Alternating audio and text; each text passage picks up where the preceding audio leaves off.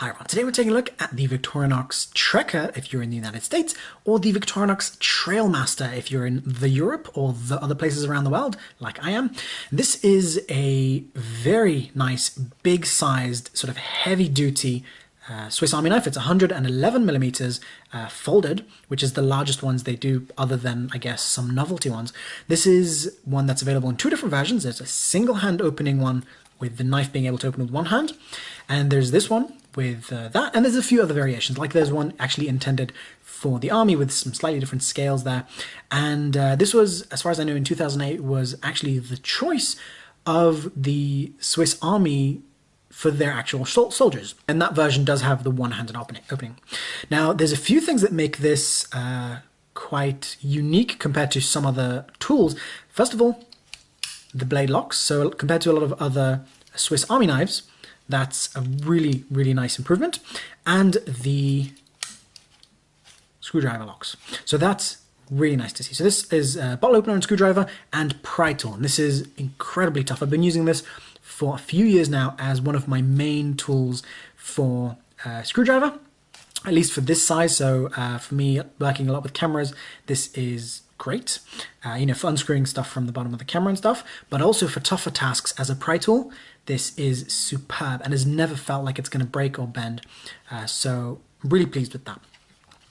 Then going back to the knife, it's really nice quality, holds its edge really well. I would prefer the one-handed opening version. I got this as a gift, so if I was to choose again for the same price or maybe about £5 more, you get the one-handed opening version, and I will have links to both down below. And then it does have the best saw that I've seen on any pocket tool. Now it's non-locking, but for most sawing tasks, I guess that's not going to be a huge issue. It really depends on how you're using it. The quality is just superb. Now for a size comparison here with the only other Swiss Army knife I have here to show you is the classic size. This is actually the Rambler, which has a few other tools. But so you can see the difference between the largest Swiss Army knife and the smallest. It's quite a big difference, but I mean, I like both of them for different uses. This one in the UK I can't carry because of the locking blade.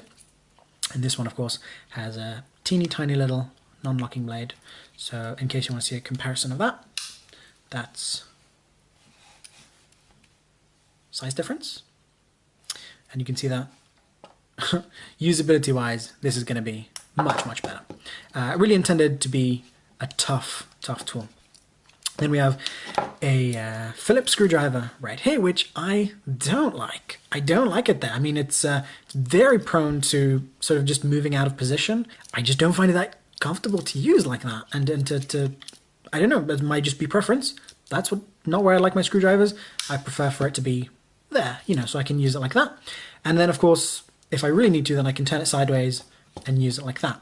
Basically the same as the flat, so I can use it like that, and then it fully locks when it's in that position. And that, if this was doing the same thing, that would be awesome. But whatever. Not a huge issue, but it means that I never use that.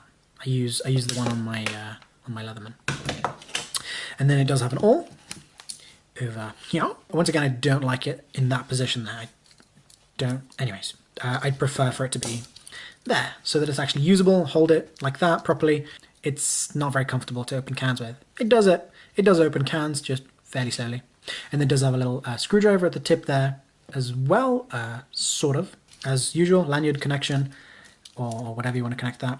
And then a little toothpick, and a little set of tweezers, basically the same size as the other ones. It's about 1 millimeter larger than this, you can barely tell. It's a really nice tool. I like it. I don't carry it with me. I've never carried this as everyday carry because it's just, for me, it just doesn't work as an everyday carry tool. However, it's a very, very good tool. And this does live in my emergency first aid kit kind of thing. In this red bag that's too big to fit in the frame.